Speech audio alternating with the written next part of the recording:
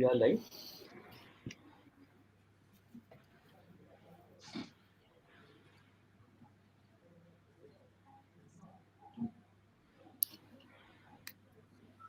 Let's start. All right. Good afternoon and welcome everybody. My name is Dipti Kumar and we are so glad that you are able to join us live as we launch our Digital Media Conclave that's brought to you by the Digital Journalists Association of India, Presence, and with our technology partner Hocalwire. My name is Dipti, and I'm one of the core conveners of this conclave. And we're so delighted that we can bring you this conclave this afternoon.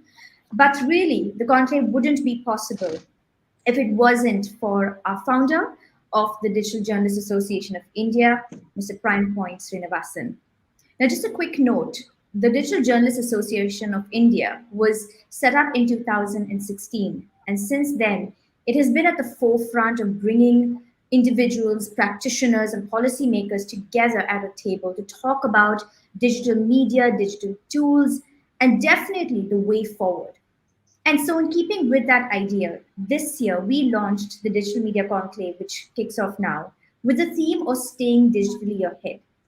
And so, with no further ado, I turn it over to Mr. Prime Point Srinivasan for our opening keynote address with our special guest. Over to you, sir. Good evening, friends who are watching stream in various channels. From today for 3 days, we are going to have an enjoyable time on the during the Digital Media Enclave 2021. DiJAI was started on 2nd April 2016, and Dr. Santhosh Babu, who is the chief guest today, he inaugurated our DiJAI at IIT Madras. We started a group of young journalists and senior journalists who are fond of creating a forum for creating an awareness about digital media. We started that. Today it has grown well, and we have conducted a lot of programs too in that direction, jointly even with the Madras Management Association. This 3-day conclave will talk about how to monetize our social media, what are the technology trends globally, and also what are the regulations, what are the ethics governing the digital media. It is going to be a very comprehensive program, and our three honorary secretaries, Prem Shankar, Vinoth Poovalingam, and Dipti Kumar, they have conveners of this conclave. They have done an excellent job. In fact, I'm also happy that the students of Laila College, Asian College of Journalism, and National School of Journalism, Bangalore, and Indira Gandhi Open University journalism students have all joined. And in fact, NSJ and ACJ students are going to live tweet the entire program. And some of them are even MeTV from Australia. They are also streaming live to Australian audience. And with that, I welcome Dr. Santhosh Babu. Santhosh Babu is not new to us for the DiJAI audience. Dr. Santhosh Babu was the IT secretary in Tamil Nadu. He is wherever he has gone there in the government segment, and he has made a remarkable achievements. Even loss-making companies, he used to make them high profit, not only high profit, bubbling with the money. That type of enthusiasm he used to have. His passionate topic is only information technology. He has taken a VRS from EIS cadre, and now he is the managing director of Kerala State Information Technology Infrastructure Limited. His passionate job again, and we are fortunate to have him here for inauguration. I welcome you, Dr. Santhosh Babu, sir. Sir, it is your DiJAI. You inaugurated it on 2nd April 2016 at IIT Madras. Now we are very happy that you are joining back again with us to inaugurate this 3-day conclave, and I welcome you. Thank you very much. Over to Dipti. Thank you, sir. Thank you, sir, for your very encouraging words. It really has been a labor of love to bring this conclave together. And as Mr. Prime Point Srinivasan noted, our keynote address and our guest speaker for the day was right there when DJI actually launched. And what a better way to come full circle than to have you come back today and be able to give us our keynote address for the afternoon. So with no further ado, so over to you. So, good afternoon, அனைவருக்கும் வணக்கம். Good afternoon to all the people who are watching this particular program. Uh, my thanks to my friend, philosopher, and guide, Prime Point Srinivasan sir, for inviting me over again after 5 years, as Deepthi said, to this particular conclave. I've been associated with Prime Point Srinivasan sir for a long time. I've had the benefit of his wisdom. We worked a lot, not only in the IT sector, wherever possible. He has always taken the given me the privilege of being associated with him. So thank you, Prime Point Srinivasan sir, and all his team members. Now, of course, you have Madam Deepthi is there, then Prem, my good old friend Prem is there, and Vinoth Poovalingam. Of course, we are not met, but this is the first time. Otherwise, we are on Facebook or on Twitter, as it were. I was asking Prime Point Srinivasan sir just before this particular conference began, what do I speak about digital media? Because if you ask me to speak about IT, information technology, how e-governance is taken forward, I can speak for any number of hours. But this is one area where which is a forte of journalists in a sense, because I think that's where this particular conference is pitched at. How do we talk about ethics in journalism, especially when we are moved over from the physical printed media to the online media, and the very chaotic situation where professional or traditional journalists have to vie for space with let's say bloggers and tweeters and citizen journalists and stuff like that, people like that. So that brings us to a very, very important question as to where this newsroom is going, where journalist, who is this journalist, etc. So that's very intriguing, because time was when we used to rush out in the morning, early morning, 5 o'clock, so that you get the first the newspaper, the Hindu or the Indian Express at that point of time. We're talking about the 70s, and we used to read and gobble up as much news as possible. That was all that was available to us till the Asian Games came in 1982. And slowly, the newspapers gave rise to the television, and we were all glued to the television. The World This Week by Pranoy Roy and Siddhartha Basu's quiz. We used to go to the other house to watch all this, because we didn't have a TV at home. Many homes didn't have TV. But today, the TV is literally at the hands because of the smartphone, and everything has converged together. So that's where possibly, the ethics portion, as Prime Point Srinivasan sir talked about, comes in very, very. I don't know how how journalists of today manage to remain sane. I'm not at all, what is called envious of journalists. I'm sure, because they have so much they have to give, just like instant food, instant noodles, instant everything, instant news also, because the competition is there. But when the surfeit of newsrooms across channels and the breathtaking way in which it's all presented is actually putting away people, even if you ask me. And the good old way of listening to news and understanding that news in a very relaxed, with a cup of tea, etc., is what I would personally prefer. And I think it's only a question of time before all this the flashy kind of news reading and all will happen. But the question here is, how does an editor sit in a room and kind of subsume all this material that's coming from different sources? It could be from a blogger, it could be from a citizen journalist. How do earlier, if you speak to newspaper people, they would say, they'll go there, they'll sit there, try to understand the content, whether fact check, verify twice, thrice, then editor also verifies, and then only things are put out. But because there's a huge premium on their reputation. But today, reputations don't matter. Things are taken from the holster, as it were, and shot. And this demands of journalism. This demands that there should be, I think, regulation also. For example, like IAS officers are selected to head the bureaucracy. Can a journalist be? Of course, journalist, somebody who studies in an Asian school of journalism will become a journalist. But can a citizen journalist also vie for space along with it because he had the gift of the gap? That's a question that needs to be addressed, possibly in this conclave, because we have seen many a time, and especially because of the surfeit of social media, these news gets amplified over a time, because the idea is about sensationalizing even before checking facts. And we have seen this, how it has destroyed reputations, how it has destroyed careers, how people have committed suicide, and these kinds of things keep happening. But I don't see a light at the end of the tunnel, as it were, because just like responsible governance, or responsible anything for that matter, responsible journalism is also required, because you are bringing to the fore something, a fact or a fiction, uh, which has many layers in it. So this the nuanced or layered kind of journalism is what is required today. And the newsroom editor, as and when he's actually churning out newsreader is actually churning out news from the television, he is getting notes, as it were, from the editor, and the editor has to manage with all these kinds of suddenly they'll say, no, there's what is called the this news, what's called breaking news, and then they go into that.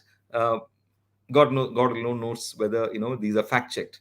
But these are interesting times. These are transformations. I was looking for a simile. I was looking at government and said, oh, the government of 1940s, the government office in 1940s. If somebody were to come from have the passage of time and come and see the government offices of today, they'll be a little more very surprised, isn't it? We have flashy offices, we have computers on all tables, there's internet everywhere. So that's a big difference that's happening, and people are trying to cope up with it. Many people still don't cope. I'm seeing, I was asking a young IAS officer, why it's all e-office, why are you still carrying files? He said, see, unless forced, I will not do it. Simply, I mean, this is what he told me, young IAS officer. The point is, people who don't adjust to these kinds of things will obviously have to take a back seat. That's definitely going to happen. And that's where, the traditional senior journalists, etc., of course, they have a space for them. But today we see young things coming up very fast because they are able to adjust to technology. So what fascinates me is the technology portion of it, because, instantly things are happening. So there's this parochial journalism versus global journalism. Obviously, this also brings the ethical part of it, because, whatever you put out, you're putting it out to the entire world. So there's nothing like parochial. There's nothing like domestic. Something which you churn out today in this particular second can have a global impact. For example, if you say that, a particular, this Dow Jones index is down, and if it's not down, actually, it can create a panic. It can create a contagion of sorts. So that's where I think the digital conclave, possibly for the next 2-3 days, will definitely focus on where do we draw a line between the traditional journalism and the instant journalism. Is it possible that we can regulate it? So I was looking at another simile. For example, we have in Kerala right now, I'm working with the government of Kerala. When this people's plan started in 1999, they created n number of application softwares, fantastic, mind-boggling work. Standalone application softwares, and so you had to actually boot and take out things, and then go to the other one, boot, take out things, etc. Even today it's being used. So I'm being asked to have a look at it, and how do you bring an integrated kind of application softwares? Thinking the same simile applies here, because you had really the typical newsroom of those days, or the typical journalist of those days, and the typical editor of those days. And today, what you need is an integrated newsroom, isn't it? So that integrated newsrooms requires different skill sets altogether. So that's where I think journalists, editors, all the people connected with journalism have to move towards. I'm sure the Asian School of Journalism students are all, in sync with the latest technologies and how to use it, etc. I'm just wondering about Mr. Bernstein or Woodward, who brought out the Watergate scandal, for example. How much they would have struggled to get those snippets of news about Nixon engaging in this spying, etc., to understand the politics of the day. Today it's much easier. Today we have so much of technology available to get all these wiretaps easily on your mobile phone in an instant second. So things are changing. things are not only changing for journalism, things are changing for governance. I'm looking at many things in government and say, oh my God. See, for example, I'm sitting on this 1,600 crores project called KPhone, Kerala Fiber Optic Network. I just visited a point of presence around 20 kilometers from here, and I rushed back because I wanted to join here. The kind of change that is going to bring, for example, in Kerala, for example, in other parts of the country, is mind-boggling. You're going to provide bandwidths of connectivity which is unheard of before. The earlier we had what's called the Kerala State Wide Area Network, or for example, when I established the Tamil Nadu State Wide Area Network, all we gave was a few kbps of connectivity, and we were very happy with that because you could see something happening on the screen. But today, what we're going to give, and your mobile phone has around 4 to 8 mbps. What we are going to give people is around between 10 and 100 mbps of speed, which is mind-boggling in a sense. So you can imagine, if this were to happen in the next 6 months to 1 year, what will happen is it will throw up such a lot of data, not only from a journalistic point of view, but from a point of view of research. And even journalists can use this huge amount of data that's going to be thrown up and make sense of it, because ultimately it's this technology layer that's going to differentiate between not between good journalism and bad journalism, but good journalism and instant journalism. Now, even today, I don't sit before this television room.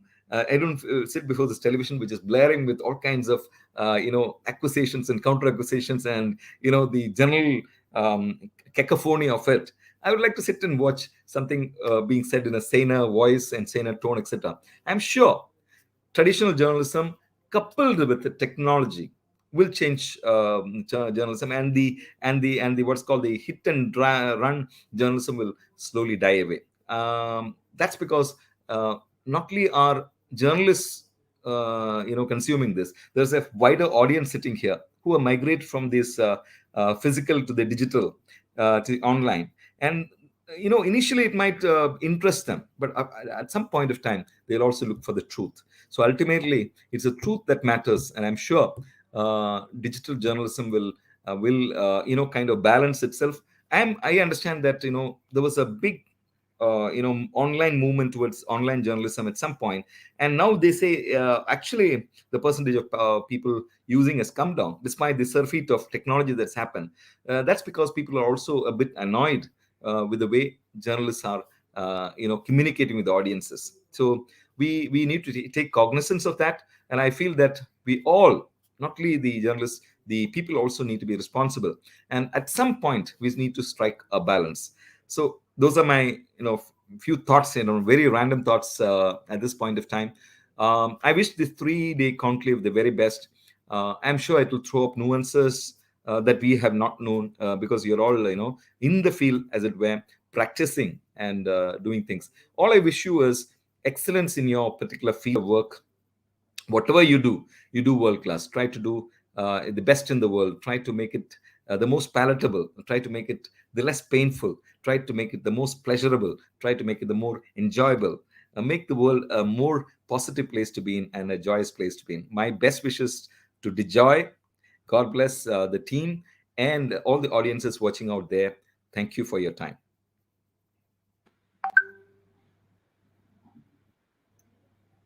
All right. Thank you so much, Mr. Babu, for taking the time to talk to our audiences that are joining us, not just here in India, but actually across the world. And I'm so certain that so many more hundreds and thousands are going to be watching this video in a recording form. And I think the points that you mentioned about digital journalism and just the evolution of it over the past decade, just looking at the past decade, is significant. So it's only interesting to see what's going to happen in the next decade and probably just even in the next 5 years. We're currently at the midpoint of our opening keynote, and so I'm going to introduce our co-convener and also my colleague and friend, V. Prem Shankar. Prem brings decades long of experience in the broadcast journalism industry, and he's going to be doing a small interaction with all our viewers. So we hope you're engaged in the chat box. If you've not yet dropped us a message, please do so. And with that, over to you, Prem. Thank you so much, Deepthi, and thank you, Dr. Santhosh Babu, for that fantastic keynote. I mean, you sort of laid out what's happening in the media today, what seems to be in store for the media. As a journalist myself, one thing that concerns me is to try and figure out, how the consumption of news is being looked at as of today.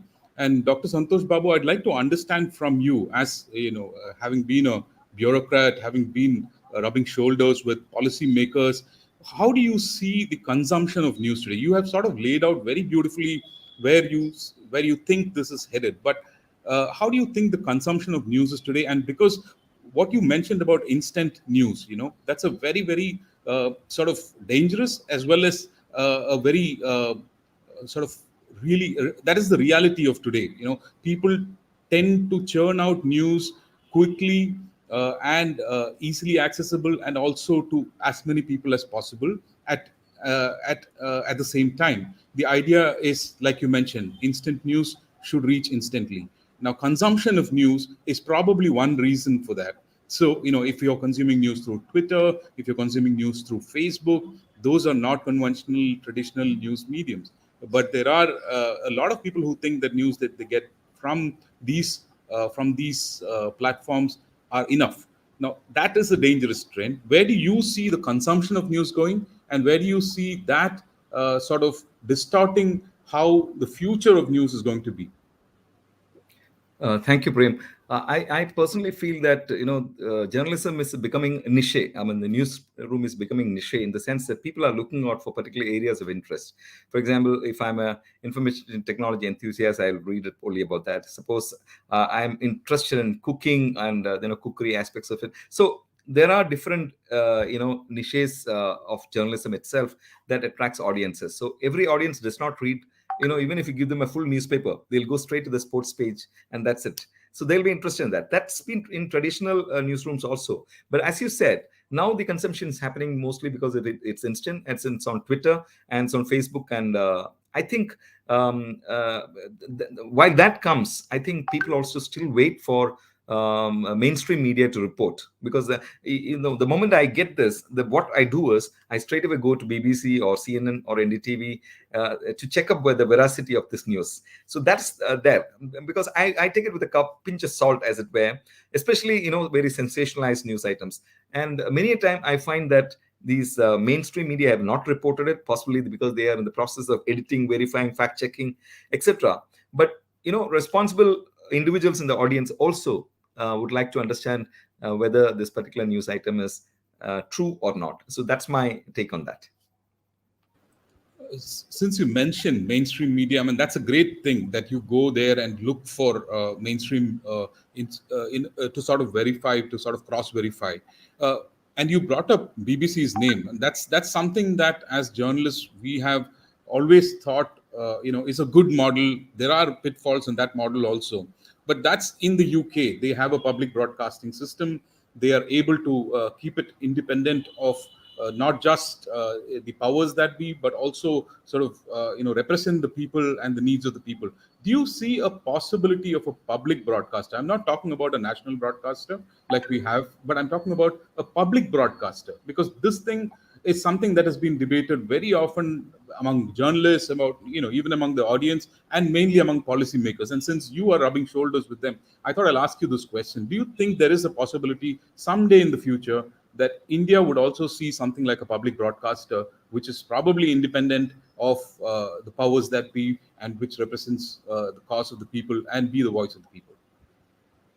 That's a very, very far thing. I don't think India is possibly politically ready for that. But if it happens, nothing like it, because the press is the fourth pillar, and what the citizens need to digest is the truth. So if it's led with led with political inputs, which is unnecessary, then we don't get the right news. So I hope it happens in sooner than later. But right now, I think media is such a powerful weapon. So obviously, the public broadcasting portion might take some time, even though independent media newsrooms are almost something like public broadcasters. Some of them are extremely good, but we have seen this extreme difficult differences between one and the other. I have not had discussions on this. But it's always the newspaper editorials are mostly about these kinds of issues, and I hope it happens. But But that's a need of the day, because today you are seeing media is run by business houses, and business houses are influenced by politics. So obviously we are not getting the right thing, and it's always creating tensions within our federal polity, within our polity itself. It creates such a lot of tension, because it is either a right-wing journalism or left-wing journalism. Journalism is journalism is journalism. It can't be right or left or centrist. It has to be truthful. That's all, period. Nothing more, nothing less. And only a public broadcasting broadcaster can do that. I hope it happens. That's my wish. We all do.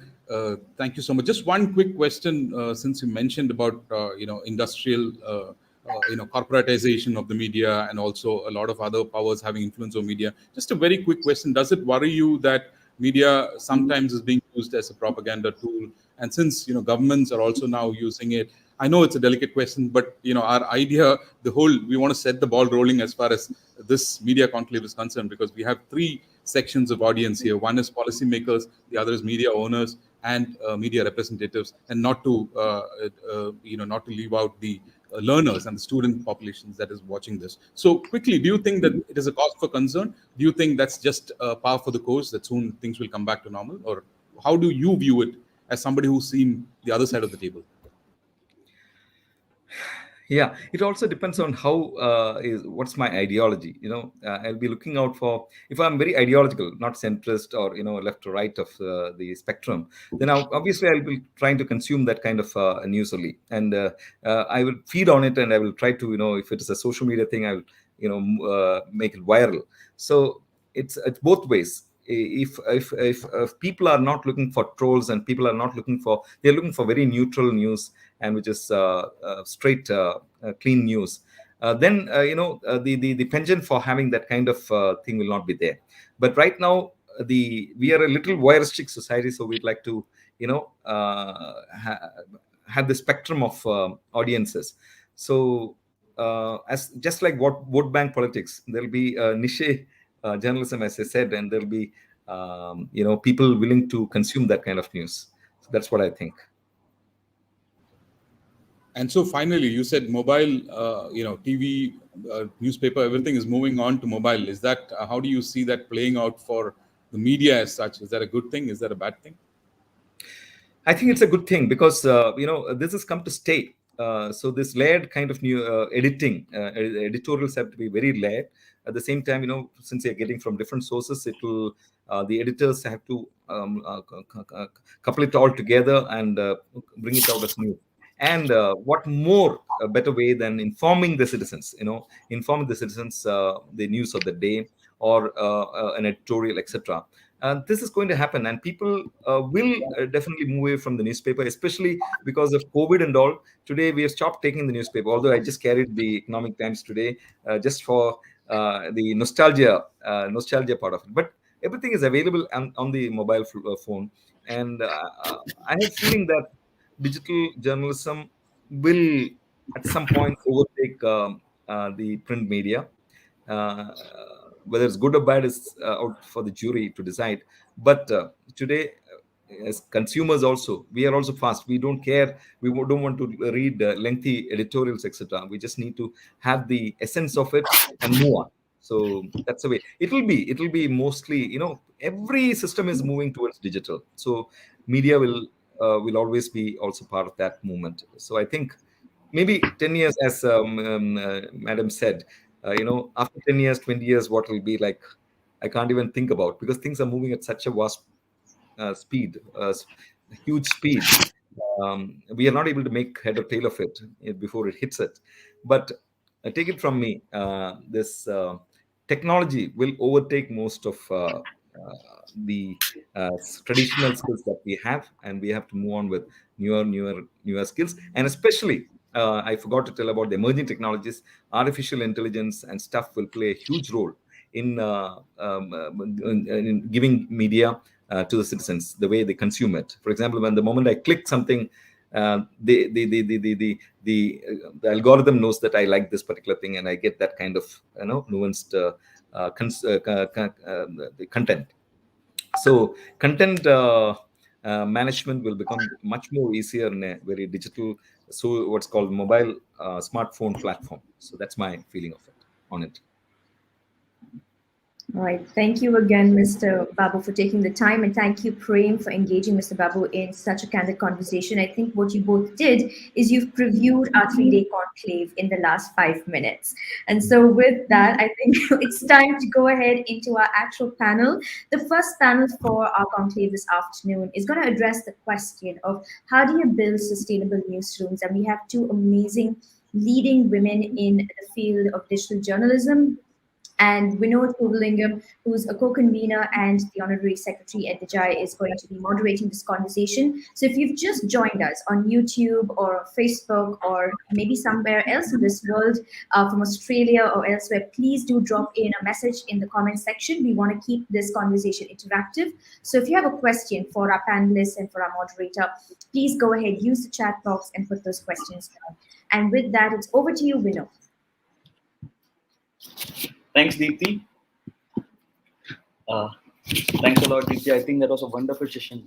Last 30 minutes, as Deepthi rightly pointed out, I think thanks to Santhosh Babu sir, we had actually covered whatever we wanted to touch upon in this 3 days of the digital conclave. So again, once again, I welcome all the audience for the Digital Media Conclave 2021. And to kickstart this year's conclave, we have started with a very important question. How to build sustainable newsrooms.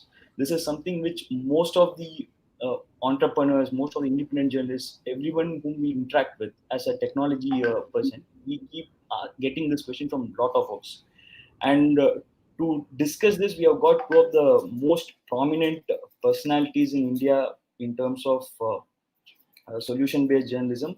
We have Anuradha Kedia, the founder of The Better India, and Shradha Sharma, the founder of Your Story. Both of them are joining us here. Welcome to both of you, ma'am. It's good to have both of you on a panel like this on the first day of the Digital Media Conclave 2021. So a quick intro about the panelists. Anuradha was a gold medalist in engineering and a graduate from ISB. She co-founded The Better India in the year 2008. Very quickly, if you see, Better India had established itself as the biggest solution-based journalism platform in the world. They inspire and motivate about 300 million readers every month, and to me, they are like filled with to the brim with positivity. Coming to our second panelist, Shradha, she has become the synonymous to the word Indian startup story. Right, the moment people start thinking about storytelling in the Indian startup world, I think Shradha is the first name people recall nowadays. And that is, again, Your Story was started in the year 2008. And soon they've become one of the frontrunners of getting what Indian entrepreneurship is doing on the ground day in and day out. In the last decade, they've done close to 60,000 stories, and they have kind of become the most powerful brand in terms of entrepreneurial stories from the grassroots in India. So with this introduction, we have a very tightly packed panel discussion here, and let me open the discussion with the first question. So what do you think is the most important skill set needed to build a sustainable newsroom? Over to Shradha to go first. Vinoth, thank you so much. And I want to congratulate you and all the organizers for having a digital media conclave. You know, after running a digital media business for 12, 13, I don't know how many years, it's very heartening that we are having a digital media conclave, because somewhere I just think when we discuss media, then media is still, for the world moving digital, it's still very legacy and traditional media driven. So congratulations to all of you for thinking this and doing this. Now, to answer your question, Vinoth, what does it take to build a sustainable digital media company? I don't want to say that I know the answer, because somewhere it's evolving, not just in India, but across the world. The way content is changing and the way the definition of digital media is changing. There are so many nuances, because today, what do you call a digital media? Do you call Better India, Your Story, a digital media? Or do you also call today all these blockchain companies who are launching their own media, right? Like everyone today has their own media, or Anderson Horowitz, which has come with their own media entity, or traditional media companies who have their own multiple, so many digital media plays that they are getting into. What I would say is, for sustainability of any business, what is required is two things. One is that I feel, and especially because the capital coming in digital media has been, our kind of digital media has been less, is that you create from day one a company where you spend uh, lesser than what you earn, and try to have that mindset of making money. And when you do that, and when you're not realizing, waiting on external capital to build sustainability or growth or that kind of a trajectory, that gives you a moat to build a business in a certain way. Because in digital media, building stories kind of companies, you require that mind space, you require your own creativity, you require your own madness to run the company in a certain way, and that comes when you are earning money from the very beginning. And I'm very happy to share, that your story has always been a profitable company. First 3 years one was not making money, but it has always एक रीढ़ की हड्डी बन जाती है, एक spine बनता है when you're running a profitable business. It was never funded. In 2015 and we raised some capital when we were profitable. 2015, then we raised again in 2017, and in this pandemic again it's profitable. And to do that, the same thinking has been there from the very beginning, that spend judicially, with the line of sight that an investor should not build a digital media company because, as I said, it's a space which is evolving. There's so much of learning, it's changing so fast. So I would say that as an answer. Yeah. Thank you. Miss Anuradha, can you please your take on the question? Yeah, hi. First of all, Vinoth, and many congratulations for this lovely initiative. It's great to be part of a digital media conclave. Hello, Shradha, and great to meet you here as well. So I concur with what Shradha says about building sustainable businesses, right? Especially in the Indian context. Media is not seen as an investable business. Okay, it's not the kind of business that VCs come running to put in money and see that scalability, and fair. It's quite kind of fair because media inherently is not that kind of business. It is a different, though digital media has kind of changed that entire landscape, and you're seeing a lot of templatization. The entire movement towards technology is actually bringing in a lot of scalability, and hence you're seeing that change coming in the media landscape as well, where VCs are coming in, and there are now specific VCs for funding digital media companies as well.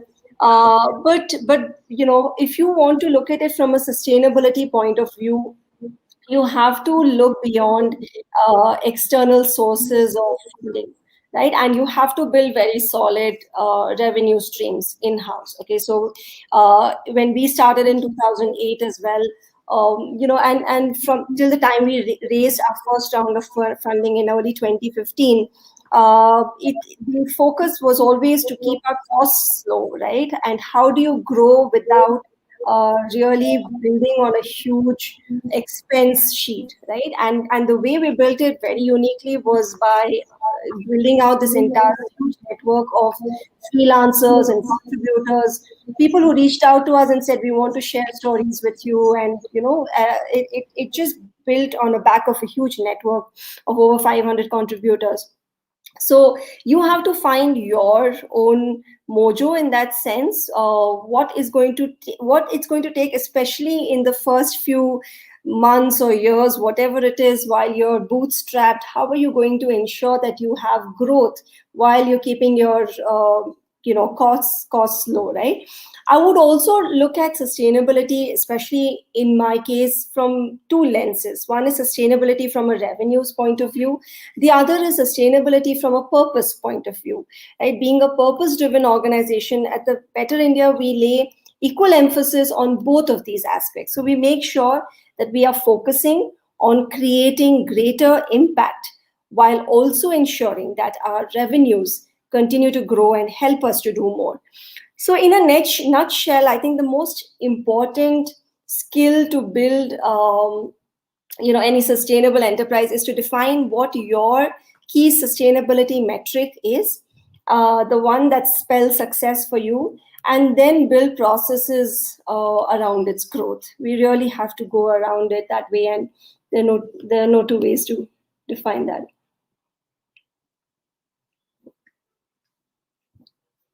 Sorry, I think you're on mute, Vinoth. Thanks. I think both of you summarized it very beautifully. I think from the get-go, the focus should be on having revenues first, trying to build a sustainable revenue so that we can go behind what we want to do with the content and the audience which we are focusing on. So that brings me to the second important question which I wanted to ask both of you. Content and audience, these are the bread and butter of any newsroom, right? So how do you identify the right audience? What kind of content to focus on? How did you identify your right fit? Can you go on that? Shradha first. Vinoth, it's a very good question. It also highlights how naive or dumb I have been in the way I started and thought of audience, because I didn't think of audience. What I thought when I started your story in 2008, I was working with CNBC and before that Times of India. And if you remember, in 2008, there was no word like startup or startups. And in my role in Bombay, I used to meet a lot of young people who had amazing stories to tell. And they felt very bad that their stories was not getting covered. Nobody was listening to what they had to say. And it was out of a lot of emotion that, as people, as journalists, as media people, our skill set is to tell stories and then we're good at it. Why can't we tell stories of people whose stories were just not being told and covered? And I didn't think about audience or anything. I just knew for sure in my heart and in my soul and in my conviction that ye stories bolna hai. We have to tell these stories because they are doing something creative, they're doing something nice, and they have that hunger, that drive. And how do you bring that out, right? And how do you tell their stories? And the magic that happened is, and I believe in this, that if and to what Anuradha was saying, ki purpose agar ho na clear, mera purpose ye tha ki इनकी stories जिसकी कोई people are not finding it glamorous, sexy, cool. There's no word like startup. There's no segment or sector like startup. Let's tell their stories without पैसा कैसे बनेगा, sustainability क्या होगा, उस समय कुछ भी नहीं सोचा. And then the magic that happened is every story that one told for these people, and some of them are now unicorns and all these are big guys and big people. That time they were young people who had just started. Nobody was telling their stories. We became the first people to tell their stories, and they felt that they felt validated. They felt justified. And that is what you need in your early days when nobody believes you. When you're a superstar, then you're on the front page of everything. But when you are nothing, then who's celebrating, standing with you? And that's what we did. And then they started spreading in their network and circle that, oh, my story has come in your story. And then soon that we realized that, oh, there are a large chunk of people who are thinking that, oh, we can also do this, or we also want to do this. And that's how the audience started getting built. And of course, then we did diversify it with time, because a lot of women came and told us that, oh, our voices are not getting that proper attention. Then we had her story, then we had an SMB story, because then 3-4 years back, SMB said, oh, you're making startups so cool, but why is it that you're not talking about us? Because we are doing now interesting stuff. And then we said, okay, the sincerity has to be in telling the story of that person without judgment and bias. And the audience then came along. And today we are very proud with the millions and millions of people that read your story. And so to answer your question, I would say just the cause has to be very clear, that why you're doing it has to be very clear, because I was okay for 1 year, 2 years if nobody was reading it. Luckily it found people, but to me it was very important that we cannot live and die as media people, as communication people, as people with a voice, without telling stories of people whose story nobody was telling, and that was very, very clear. So yeah, that's the answer. That's great, ma'am. I think following passion in one word is what you have done, and you've done a fabulous job about it. I think every startup in the country has your story probably bookmarked in their browser. So the same question to Anuradha: what made you find your right fit for content? I think I completely concur with Shradha, because it looks like we started the same time, and we had the same probably challenges and opportunities. So it was early days of the internet. People were like, what is digital media? There was nothing called digital media. In fact, even like for longest time, people called it a blog, right? When we started telling stories, there was no, I mean, in hindsight, and you can go back and act like you had a B plan and you had all of that, even though we were out of B school.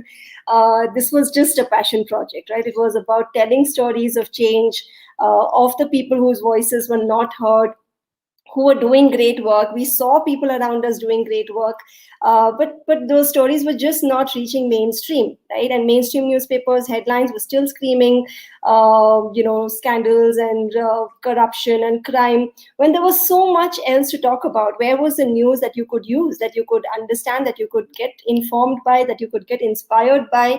None of that stuff was there, right? So there, I mean, if when you talk about looking at your audience, I mean, you have to, at least the way it worked for us is you just start telling stories. That comes from your heart, right? And then you will find your tribe, so to speak, right? You have that core audience that loves the work you do, that starts following you, and that is the audience that you follow, that you look at, right? For feedback, for inputs, that micro core audience. I think as startups, as founders, you believe that the world needs your startup. But the truth is that when you start, you need to start as narrow as possible. Get your offering 100% right with that core audience. Have constant conversations with that audience. Learn what they like and what they don't like, especially what they don't like, right? And only once you've refined that offering, ensure that your core audience wants to keep coming back, then start thinking about scaling up. The insights you get from that focus group will go a long way in helping you reach out to larger audiences and to expand. I also believe that core audience, you have to continue to listen to them. Don't forget them as you grow, because they will continue to be your brand ambassadors and follow your growth story. But they will also call out if they see you diverting from your core purpose, right? And they are the best sounding boards that you can ask for. So be sure not to lose sight of them as you grow. That's something that we have learned along the way as well. We still have people who followed us from very, very early stages of Better India, and they still reach out to us and tell us, "Hey, I'm missing this. You're not doing this anymore, or maybe you could try this out." And those insights are really invaluable. So I think that's a good way to build an audience.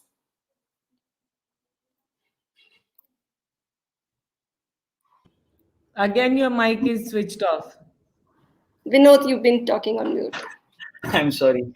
So I think that's a very good point. You got the point that we have to identify the core audience pretty fast, and we have to stick to what the core audience love about you. I think that that kind of eventually defines who we end up building, or what we end up building. Now, let me move on to the second focus area, which is essentially costs. Right? In digital, we typically talk about a lot of technology or multiple things which are out there, right? And there are two sides of the coin: revenue, costs, right? So, in cost, what is the big thing which you feel will where is your biggest investment going to be, and how do you plan for the future in terms of tech? Anuradha ma'am, can you go first on this? Yeah, I think this mute thing is happening Again and again, let me unmute it. Yeah. Okay. So Vinoth, I think in digital media companies, you cannot ignore tech, right? I mean, what are you? How do you even call yourself a digital media company if tech is not your focus? Right.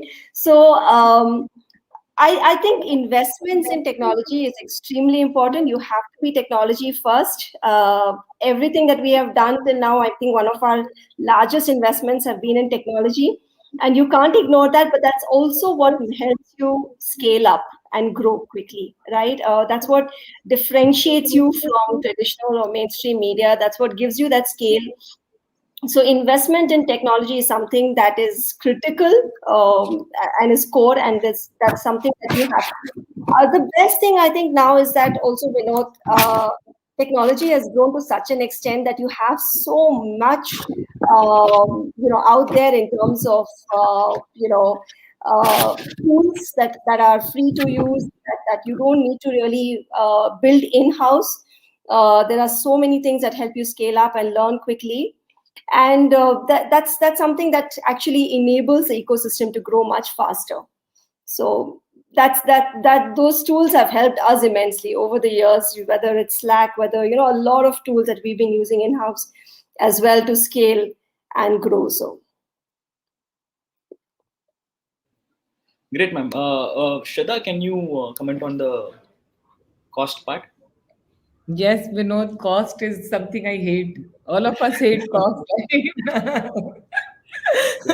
But what Anuradha said is that you can't call yourself digital media jab tak tech nahi hai. So, True. and today, none of us, I don't think so, just media, none of us cannot exist without tech having a role to play, especially now with pandemic. So, want to share with all of you is that 2.5 years back we made an investment and we acquired a company called Story. Very smart bunch of product and tech people, because one of the great things about being an entrepreneur is to feel that you are great but to realize how you are not great also. And then while my strength is storytelling, branding, building the soul of the company, my strength is not technology, right? And what you need to do and then this is again for all media professionals, is to realize that you need very strong tech people, product people, analytics people to back your journey, to come as partners. And then we acquired this company called Story 2.5 years back, got very strong set of people who have come. And one of the big things that we realize more than technology is to how in this world where the user's attention is fragmented, how deep can you go on understanding the user? And that is where we have invested a lot in the last 2 years. That also gives us line of sight. Oh, if we are launching a blockchain story, right? Or if we have to launch an enterprise story, because suddenly we see a lot of people in enterprise are interested in startups, which verticals, who is coming and viewing. So every day there is a team which has a very detailed understanding of what people are viewing, like Anuradha said, what people are not viewing, right? Because as storytellers, as media people, we are so personal about the stories we tell, right? Our heart bleeds for the story we tell. But if nobody's heart is bleeding and only our heart is bleeding, then there's something wrong. So that's why we need analytics and investing in those people, investing in that team, investing in building that culture, whereas people who we were not trained to look at numbers for everything, right? And looking at that at the same time not losing your soul. Because one of the things I am proud of, and Anuradha will understand when I'm saying this, because she's also built a brand which I personally really love and admire, is that it's very easy in a digital media journey to build a brand based on clickbaity headlines, right? It's very easy to move away from your ethos and get the page views, get the numbers, get the advertisers. But your story in the last 13 years has never written a negative story, right? I can have a view on you, but we don't criticize entrepreneurs. We don't criticize startups. We have been criticized a lot for it. That, oh, you are the cheerleader of startups. You are not intelligent. You don't have a point of view. And I always have maintained for 13 years, everyone in this country has a point of view on startups. Everyone in the country has a point of view on everyone else. We will not have a point of view. We will stand with you. And that might sound very funny and easy, but every day it comes at a huge cost. It takes a lot. because then you are not competing with the who's who of the sites with that kind of page view, that kind of viewership, that kind of this. How do you sustain it for 13 years with the criticism that comes from all the corners to stand for an ethos? And when you do that, then you say that, okay, then we have to do that, then we have to invest. And one of the reasons, Vinod, we raised money was also to build the product tech in the company, right? Because as a DNA, how do you build that infrastructure? Then we expanded in languages. In fact, in your committee, the helping committee would be my colleague in Tamil Nadu, Induja. She's doing a brilliant job bringing Tamil stories, right? How do you expand entrepreneurship stories across? And then now you will see in the next 1 or 2 months, we are launching some very, very interesting products. So that is the investment and that is the cost. Otherwise, the core business runs at a 60-70% profit margin. That's awesome. I think both of you have clearly identified what the cost heads are, how you plan yourself. I think that's pretty good. And you talked about fighting the big fight with the 100 million page view kind of guys. Yeah, big memos. How do you actually take them on with your niche? I think both of you have a innate understanding of this.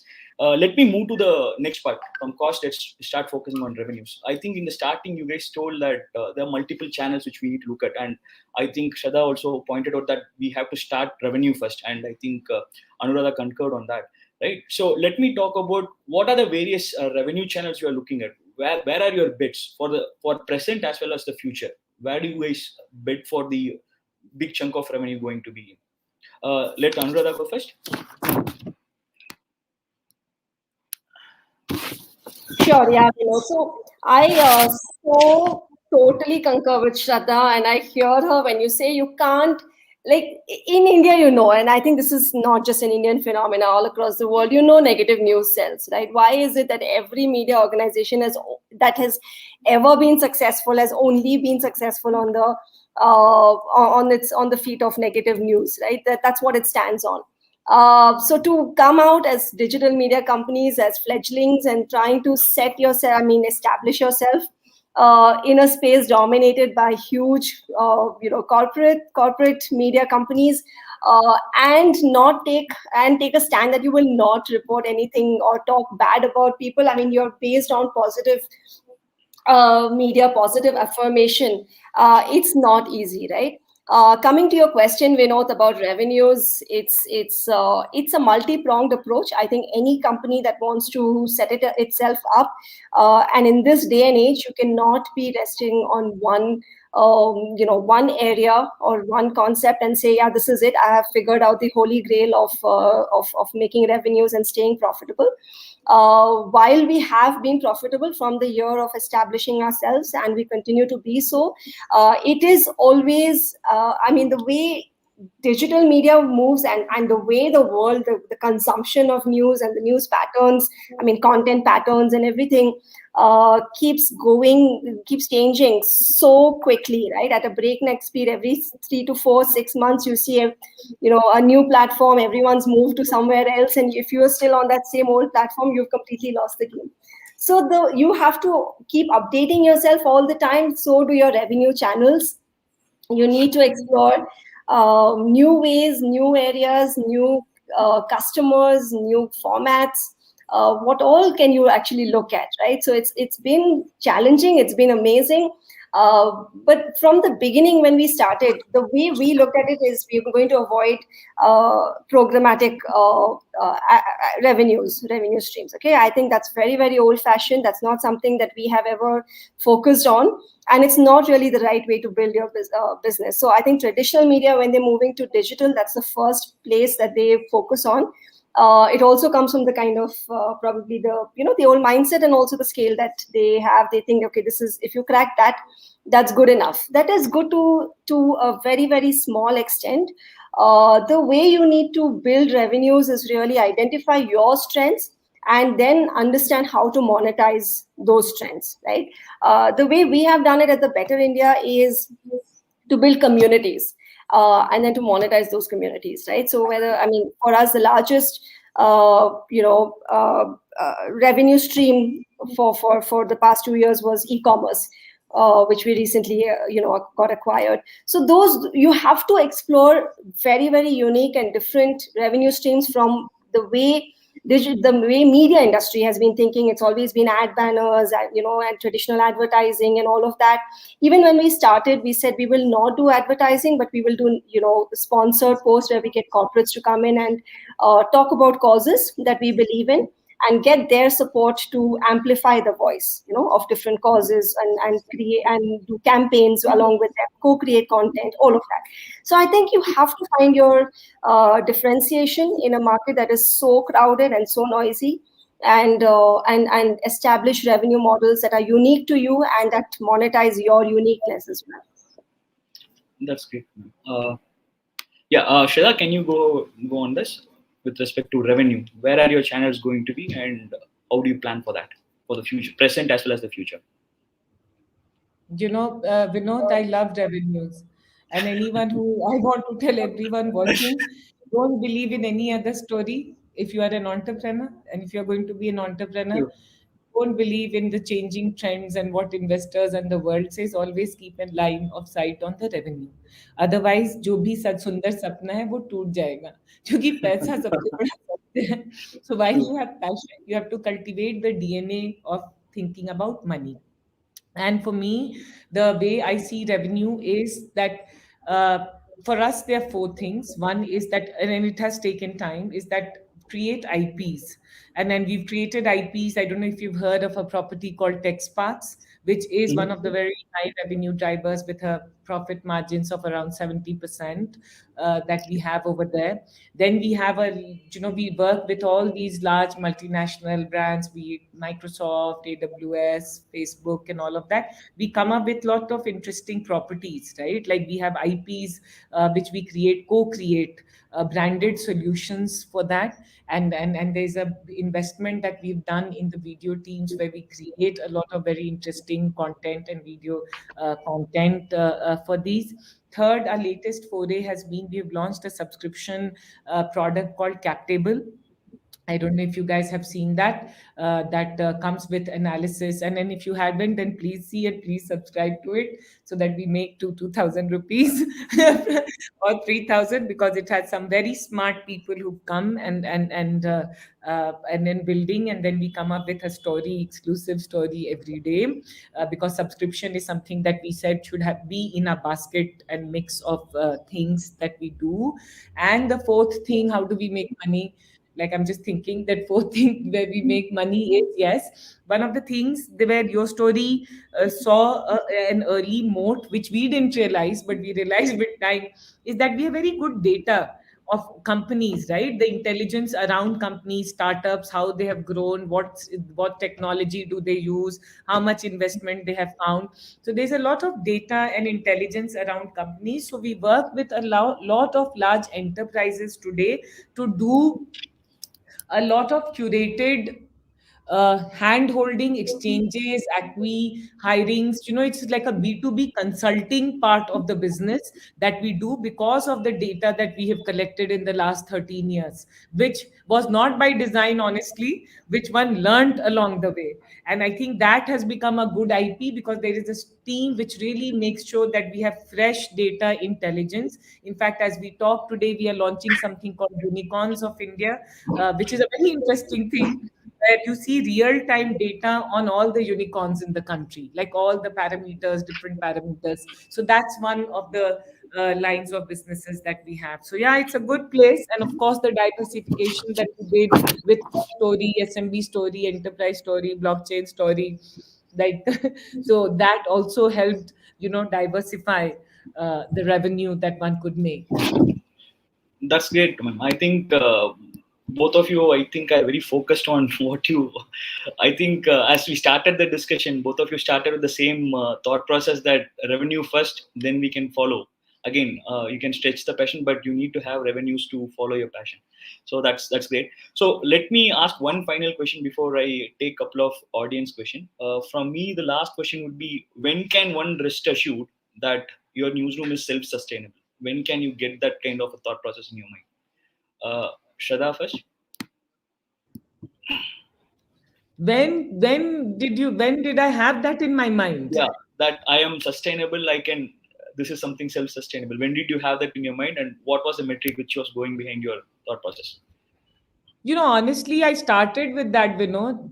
I was very clear that I will 1 year will do this, and if it doesn't make money, then because see, I don't come from a rich family. It's not that I can go back to my parents or someone will give me self-sustainability. And all of us come, if we have been in the profession, then we are from normal families only, right? So I think somewhere that's a very big strength that you have no fallback option. When you have no fallback option, then you become self-sustainable, right? You are the Batman. Yeah, and then when you don't even have investors, like I used to, go to investors. I knew all these investors because I was in CNBC, and I used to go meet them and have that hope that they'll say, "Oh, you're doing such amazing thing. Let me give you some money." किसी ने नहीं बोला, एक आदमी नहीं बोला. So then also that makes you self-sustainable. So I always was very clear, and that's very important to say. Like, and Anuradha will understand this, that for 13, 14 years running this, today we are talking digital India. When we started in 2008, there was no digital India. India was India, right? So, and India was Times of India and CNBC India, which it continues. I'm not saying, but don't get me. But India was a very different India, right? So when we did that, we couldn't not have a line of sight. And I think that's where I always say that has made one gritty and have a spine. I don't want to start today a digital media, because then I look at raising money, and to me, I don't know, that's not a starting line. And we were sustainable. The only thing was that how to keep a focus that sustainability doesn't come at the cost of the brand. Yeah. You get what I'm saying? And we very have made important. mistakes. And I'm telling you, we have made lots of amazing, extraordinary blunders and mistakes. Like, for example, things where, we should not have done a campaign, but we did, which is not like a little ad on your story will not work. Like, with due credit, right? Entrepreneurs don't come to see little ad, but we did early days because we got some money. But then all those mistakes also taught us that we stand for something, and sustainability will not come at the cost of becoming mad and losing everything. And that we are very, very clear about. So, to answer your question, first year of business, that mindset came. Now we are hearing the word Atmanirbhar. We knew what Atmanirbhar means. Good, man. Good. Anuradha, your take on this? When did you realize we are building a self-sustainable thing? Yeah, I think Shradha and I have had we've had similar mindset, and I think that's what has helped us sustain ourselves for so long, right? It takes a lot of grit, a lot of hard work, and that mindset has to be there right from the beginning. If this is not making money, I'm not here to live off charity, and nobody is going to come and give you charity, so forget about that. It has to make sense as a business model, right? And you have to do what it takes to kind of get to that stage. And for us, in fact, I think Shradha took a bet even earlier, and she's from CNBC. She already had some sense of the media landscape before jumping into this, and a very, very brave move back in 2008, right? When we started the Better India back in 2008, we started it as a side project, just to see how to test waters, to see how it goes. We were not really ready to jump right into it. First of all, we were engineers. We are not media professionals. This was not a space. We approached it actually from an impact platform perspective and not a media. So now the Better India looks like a media company, but it's still, for us, it's still an impact platform. That's how we look at it. It does not come to us that it's a media company, because we never came from that. That was not our objective as well. So I think it takes a lot of hard work, a lot of jugaad. For the longest of time, it was just the two of us founders who had to do like everything, whether it's tech, marketing, sales, HR, everything is just the two of you. And it's only when we actually started seeing this take shape, started seeing actually corporates reach out to us and start saying, okay, you have so much of a leadership, can we do something together? And then we started saying, okay, this is the way we are going to make revenues. This is not going to be a simple, you put your ad here and you pay me so much. That's not the way that also took a lot of guts, right? Because it's not, it's so easy to just put up a banner and take, but that's not a sustainable way to grow. And that's really not so. To go back and say, "Acha, I don't want to put your banner. I want you to give me money, but I'm not going to put your name anywhere."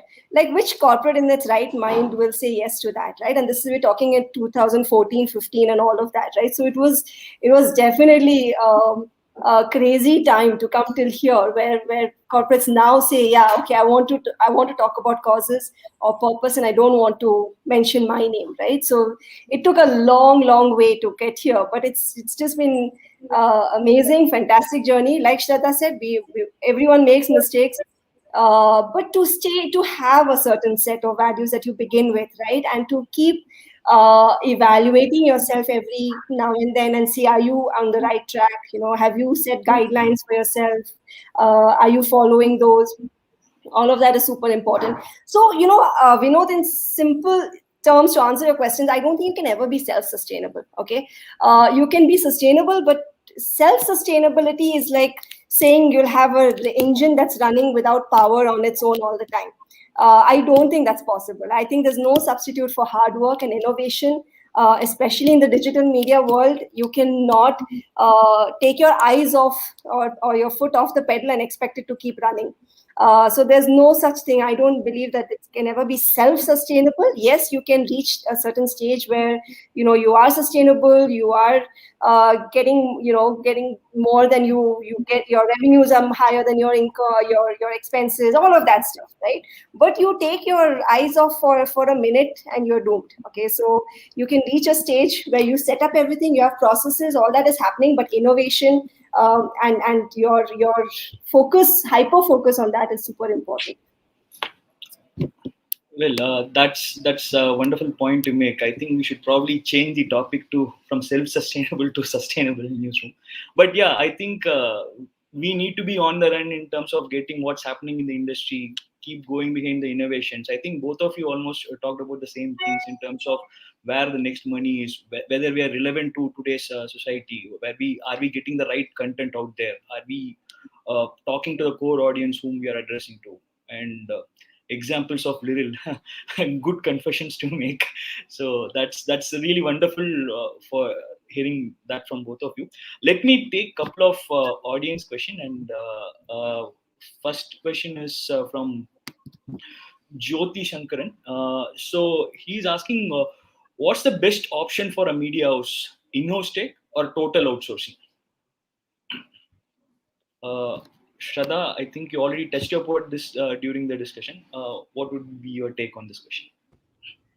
I would say that if your core competency, and if you don't have a co-founder who's a tech person, because I was a single founder, I didn't have a co-founder, and my competency was not tech. Somewhere I always batted from the back foot, not the front foot, because always the question was on the tech and the capability. I would say don't sweat on the small stuff, because if the core purpose is to tell great stories, today there are tools, there's so many solutions out there. Just use that to build the brand, to build the customer engagement, to build that readership. Once you have that, then you will get the money, and then you can build the tech. I think somewhere we over optimize on and think about what we don't have, and then we are questioned on what we don't have. So if I had to rebuild things today, I would say that I would just go and concentrate on the brand, on the stories, on the reader base, user base, repeat customers, revenue, and tech I would outsource. And once I have a lot of money or I raise money, then I will think about building tech, but not sweat, because there's so many battles to fight. So prioritize. And in the prioritization, if you have 3 other things which you think that you really need to do, then do that, and then think about tech. Till then, just outsource it. That's a great look at that. Anuradha ma'am, what about you? So I completely concur with Shradha, even though I have a co-founder who is a techie, right, a tech person, and he's still a huge believer in no code and using tools out there, because like Shradha said, you have so many other battles to fight, and you have so much else to focus on. If you can find a plug and play solution for yourself to use and that solves your tech problems, why build in-house, right? It's that I think building in-house is usually done to just raise investor money. That's mostly when you go out and say, yeah, I'm going to build this in-house. But most of the time you will find tech solutions that solve your problem at least to 90% or even 80%. Take it. If you have a problem on your hand where you cannot find any existing solutions, only then look at building it. But even then, find an agency to build it until you grow that big that you can afford to have an in-house tech team, because in-house tech is very, very expensive. True. And hard to maintain, really. Techies are the biggest divas out there now. Now I have to use the word, Anuradha, that you are saying. I completely concur with you. Oh, good. I'm not going to use that again. So another question from an audience. So this is more about starting with the government changing lots of rules and regulations and other things. One of these persons have asked, what's the necessary legal paper required to run a digital news channel / news website? Any strict SS, strict no's? Yeah, so we had to, now with the new regulation, though we thought that we are not in the news business, we tell stories and we don't cover politics or anything. But I think the rule is today very vague and it covers everything and anything comes in the purview of news. So we had to create a subsidiary because we have investment. We realized more than 25% foreign investment, which is Indian investors only, but they have foreign listing or whatever. So we have created a subsidiary. And I would say that talk to any CA, accounting, legal firm they have. It's very clear what needs to be done. So many companies are either registering now in Singapore, having their main company in Singapore, but we didn't. We took a call that we will remain an Indian company and not register here and there and create a subsidiary, which we have. And that subsidiary is the holding company of the news part of the business. Yeah, I have to say ditto to Shradha. We were not, we are not technically a news company, and we are not set up as a news company, media organization as such. We do not report news, political news, current affairs, none of that we cover, right? So we're more in the content space. But the current rules have been so vague, so we've also had to kind of register all of this. So like Shradha said, there is an option to register yourself in the US or in Singapore, and create an Indian subsidiary, but that's not the way we wanted to go about it. So we are very much an Indian company, and yes, all these vague rules apply to us now. Great, man. I think that was a great discussion, and thanks for both your participation. And we got some really good insights. I think Shradha talked about making lots of mistakes when starting your story, and you are talking about the jugads. So I think both of your mistakes and jugads have actually given us something so good, which everyone wakes up to every other day. And really, you two are doing such a wonderful job. Helping us, the entire ecosystem out here. Thank you very much for being part of this discussion and sharing so candidly your experiences and your thoughts. Much appreciated. Deepti, if you can actually take over to Deepti to summarize the discussion. Just adding Deepti back into the discussion. Well, I must confess that I've never laughed as hard as I've laughed. And I've never heard a conversation being just absolutely so candid and so open. And Shradha and Anuradha, I think you've taken such valuable time from your busy schedules to be here this afternoon. And like you rightly said, there are such valuable quotes from your conversation this afternoon about how to keep newsroom sustainable. And while we might be divided on the line of can you ever be sustainable in your mentality and thinking and work versus can you actually achieve it, I'm sure that there's a lot for people to learn from this conversation. And so Vinoth, thank you so much for moderating this conversation this afternoon. Shradha and Anuradha, thank you for joining us. So we are going to move into our workshop session now. So for those of you joining us online or just coming into the program, stay tuned because we have our next session. And Vinoth, if you can pull up the screen for our workshop individuals can get to know what we are going to be talking about. Thank you so much, Vinoth. Thanks, Deepti. Thanks, Anuradha. Thanks a lot. Thanks a lot, everyone. Thanks for having us. Thanks, Shradha. Bye.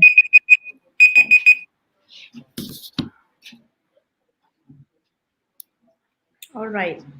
So we are going to go into our workshop sessions. So for those of you watching us online, please continue to stay tuned because Vinoth is coming back in just a few moments to talk a little bit more about methods to monetize your content. So for those of you that have put in questions in the chat window, we're going to transfer your questions into the chat window as well, so Vinoth can answer those questions through the workshop session. We really do appreciate you for joining us. And if you're watching this program as a pre-recording, as a post-recording actually, then we request that you continue to put in your comments in the chat box as well. With that, Vinoth, I think we'll see you on the other side. Yeah, thanks, Deepti.